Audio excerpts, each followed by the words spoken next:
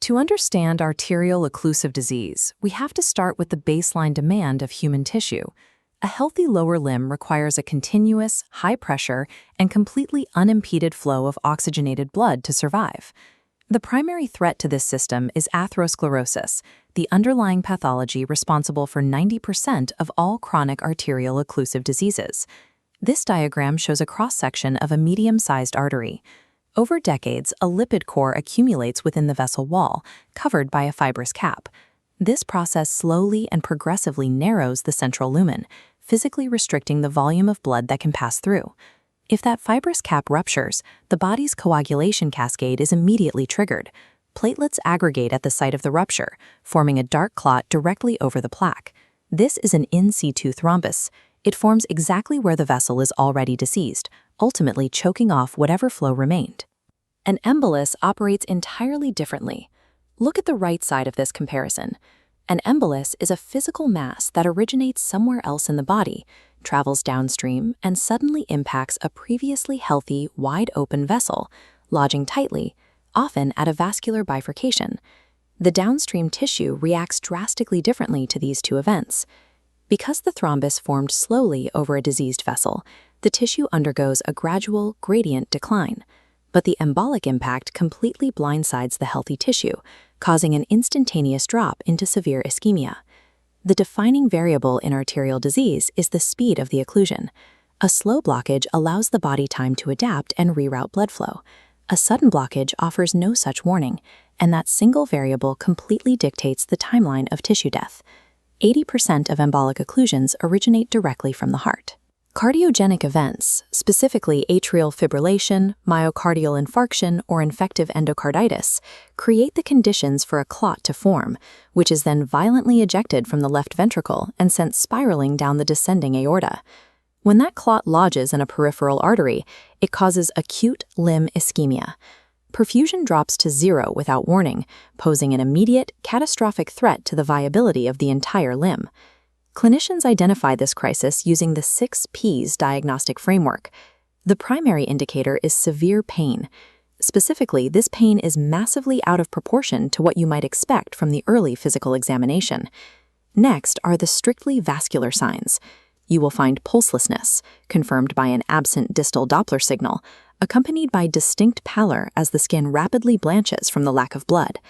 As ischemia deepens, peripheral nerves begin to die, triggering the late-stage neurological signs. The patient experiences paresthesia. The skin becomes perishingly cold, and eventually the limb suffers complete motor paralysis. The moment this diagnosis is suspected, immediate pharmacological stabilization is required. Systemic heparinization and aspirin are administered to prevent the clot from propagating further down the arterial tree. This diagram illustrates the definitive surgical intervention. A Fogarty balloon embolectomy catheter is advanced through the blockage. The balloon is inflated precisely distal to the clot, and as the surgeon retracts the catheter, it physically pulls the obstructing embolus out of the vessel. This intervention operates on a strict 6-hour biological clock.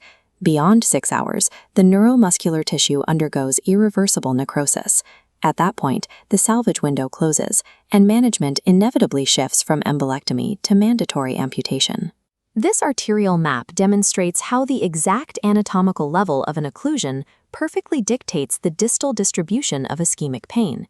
The symptoms act as a precise diagnostic roadmap. If an occlusion strikes high at the aortic bifurcation, it triggers Leriche syndrome. The clinical triad here is unmistakable: bilateral claudication in the buttocks and thighs, absent femoral pulses, and erectile dysfunction due to blocked internal iliac flow.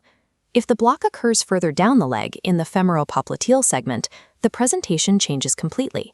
The femoral pulses remain intact, and the patient experiences isolated, unilateral pain strictly in the calf. While atherosclerosis drives most of these blockages, there is a distinct non-atherosclerotic inflammatory pathology known as Buerger's disease, or thromboangiitis obliterans. For medical board exams, this disease has a highly specific demographic profile. You are looking for a male patient, strictly under the age of 40, with a history of heavy smoking. Buerger's disease specifically targets the distal small and medium vessels, like the radial, ulnar, and tibial arteries. The resulting ischemia causes intense distal claudication, which often progresses relentlessly until the blackened, necrotic digits undergo autoamputation. Isolating the precise anatomical site of the pain and combining it with strict patient demographics instantly narrows your differential diagnosis in any clinical scenario. We now shift from acute crises to chronic limb ischemia. Here, the clinical timeline is dictated by a slowly expanding atherosclerotic thrombus that grows over months or even years. Because the occlusion is slow, the body deploys a physiological rescue mechanism. It triggers collateral angiogenesis, the sprouting of tiny, newly formed capillary networks that weave their way around the main blockage to restore downstream flow. This diagram illustrates chronic progression. At rest, low metabolic demand allows small collateral bypasses to deliver enough blood, keeping the patient asymptomatic. But during exertion, the intermittent claudication stage, muscle demand spikes. This exceeds collateral capacity, instantly triggering ischemia and a sharp lactic acid buildup. This creates a strictly reproducible claudication distance, the exact distance a patient can walk before the cramping forces them to stop. Once they rest, the metabolic demand drops, the collaterals catch up, a lactic acid is cleared, and the pain resolves. The condition eventually reaches its third stage, critical limb ischemia. This is the ominous tipping point where the arterial blockage is so severe that collateral flow can no longer even meet baseline, resting metabolic demands. The hallmark symptom of this stage is ischemic rest pain.